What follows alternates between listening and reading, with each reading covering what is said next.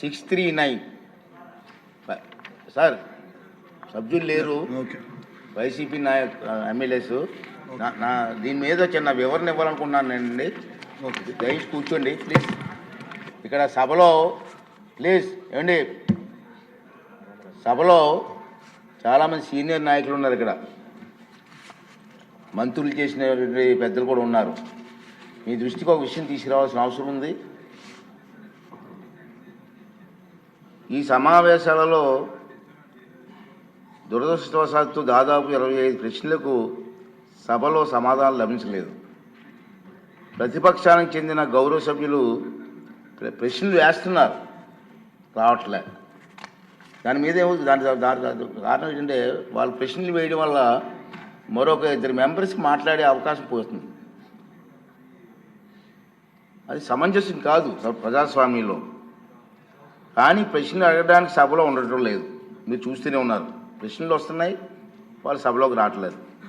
ఈ కారణంగా సభలో ఎవరో ఒకరి ద్వారా మరో 2 ప్రశ్నలు అడిగే అవకాశం కోల్పోతున్నారు. ఇది చాలా దురదృష్టకరం. సభకు ఎన్నికైన గౌరవ సభ్యులు సగర్వంగా సభకు రావాలి. ప్రజలు ఎన్నుకున్నారు మిమ్మల్ని, సభలోకి వెళ్ళి మా సమస్యలు మాట్లాడమని. సభకు రావాలి. ఎవరికీ కనిపించకుండా వచ్చి సభ్యులు హాజరు పట్టికలో సంతకాలు చేసి వెళ్ళిపోతున్నారని దొంగలలాగా వచ్చి. మీరు గౌరవ సభ్యులే, ప్రజలు ఎన్నుకున్నారు, మీరు ఎమ్మెల్యేస్. దొంగలలాగా వచ్చి సంతకాలు పెట్టవలసిన అవసరం ఇచ్చింది కర్మ.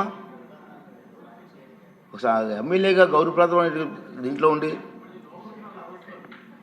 హాజరు పట్టికలో సంతకం చేసి సభకు ఆ మొహం చాటేయడం వారికి గౌరవాన్ని తగ్గించిందే తప్ప పెంచదని చెప్పి నా తాలూకు అభిప్రాయం. వీరిలో ముఖ్యంగా నా దృష్టికి వచ్చింది వై బాలనాగిరెడ్డి గారు, తాటిపర్తి చంద్రశేఖర్ గారు, రేగం లింగం గారు, మత్స్యలింగం గారు, విరూపాక్ష గారు, మత్స్యరాజ విశ్వేశ్వరరాజు గారు, ఆగిపాటి అమర్నాథ్ రెడ్డి గారు, దాసరి సుధ గారు. మనం చూసాం. మనం గవర్నర్ ప్రసంగం ముగిసిన తర్వాత అంటే ఫిబ్రవరి 24వ తేదీ తర్వాత వేరు తేదీల్లో అటెండెన్స్ రిజిస్టర్లో సంతకాలు పెట్టేట్టు నా దృష్టికి వచ్చింది. అంత దొంగచాటును వచ్చి ఒక దొంగల మాదిరిగా సంతకాలు పెట్టవలసిన అవసరం లేదు. కానీ వారు ఎవరు కూడా నాకు సభలో కనిపించలేదు. సంతకాలు ఉన్నాయి కానీ సభలో కనిపించారండి మీకు ఎవరికన్నా? నాకైతే కనిపించలేదు. ఇది ఎంతవరకు సమంజసం వారే నిర్ణయించుకోవాలి. మనల్ని ఎన్నుకున్న ప్రజలు మనం ఆదర్శంగా నిలవాలి తప్ప ప్రజలకి, మీకు ఓట్లు వేసిన ప్రజలకి తలవంపులు తెచ్చేదే ప్రవర్తించకూడదని చెప్పి నా అభిప్రాయం. ఈ సభ ముందు పెట్టాలని చెప్పి నేను ఈ 2 విషయాలు మీకు తెలియజేస్తానండి. రావడమే నాగార్జున యూనివర్సిటీలో ఉన్నటువంటి రాజశేఖర రెడ్డి గారి విగ్రహాన్ని నేలమట్టం చేసినటువంటి సందర్భాలు చూసాం. బాపట్లలో రాజశేఖర రెడ్డి గారి విగ్రహానికి నిప్పు పెట్టినటువంటి పరిస్థితులు చూసాం.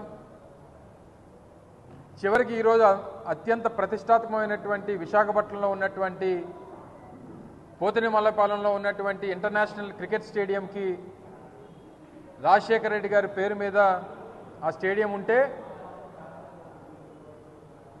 ఈరోజు కొత్తగా వారి పేరును తొలగించి కేవలం Andhra cricket association VDCA cricket stadium అని చెప్పి కొత్తగా చేసినటువంటి మార్పుల్లో రాజశేఖర రెడ్డి గారి పేరును తొలగించినటువంటి విషయాన్ని కూడా మనందరం కూడా నిన్నటి నుంచి చూస్తూ ఉన్నాం.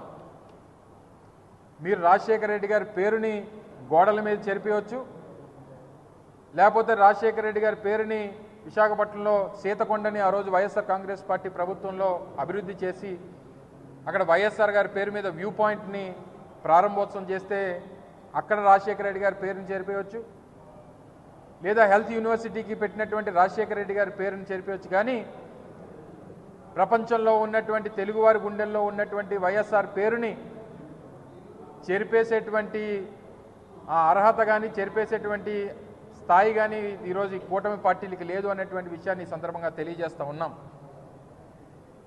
ఈరోజు VDCA cricket stadium Andhra cricket association ఆధ్వర్యంలో ఉన్నటువంటి పోతినిమల్లపాలెం క్రికెట్ స్టేడియంకి ఆ రోజు ప్రభుత్వం పెట్టినటువంటి పేరు కాదు.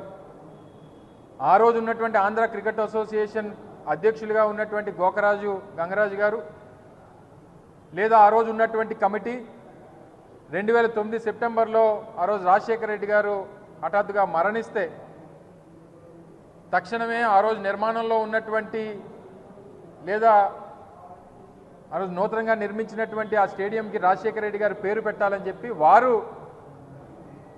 నిర్ణయం తీసుకొని పెట్టినటువంటిది.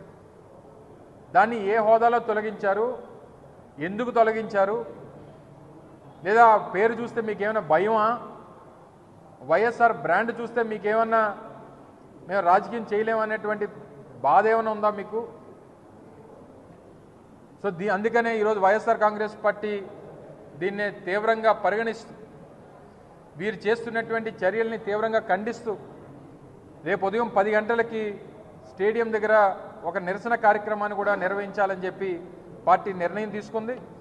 రేపు ఉదయం 10 గంటలకి రాజశేఖర రెడ్డి గారి విగ్రహం, ఎందుకంటే ఆ స్టేడియంకి రాజశేఖర రెడ్డి గారి పేరు ఉంది అనేటువంటి ఉద్దేశంతో ఆంధ్ర క్రికెట్ అసోసియేషన్ వారే విగ్రహాన్ని కూడా స్థాపించారు అక్కడ. ఆ విగ్రహానికి పాలాభిషేకం రేపు చేసి ఒక నిరసన కార్యక్రమాన్ని కూడా నిర్వహించాలని చెప్పి వైఎస్ఆర్ కాంగ్రెస్ పార్టీ విశాఖపట్నం జిల్లా ఆధ్వర్యంలో ఆ నిర్ణయం తీసుకున్నాం. రేపు ఉదయం 10 గంటలకి అక్కడ కార్యక్రమాన్ని పెడతాం, నిరసన వ్యక్తం చేస్తాం. తప్పకుండా ఏదైతే అది కమిటీ నిర్ణయం తీసుకుందా, ఆంధ్ర క్రికెట్ అసోసియేషన్ నిర్ణయం తీసుకుందా, లేదా ప్రభుత్వం తాలూకా ప్రోద్బలంతో ఆ నిర్ణయం తీసుకున్నారా, లేదా వైఎస్ఆర్ గారి పేరు చూస్తేనే గుండెల్లో లేదా వెన్నులో వణుకు పడుతూ ఉందా, ఏంటి అనేటువంటి దానికి ప్రభుత్వం సమాధానం చెప్తుందా లేదా ఆంధ్ర క్రికెట్ అసోసియేషన్ సమాధానం చెప్తుందా అనేటువంటిది చూస్తాం.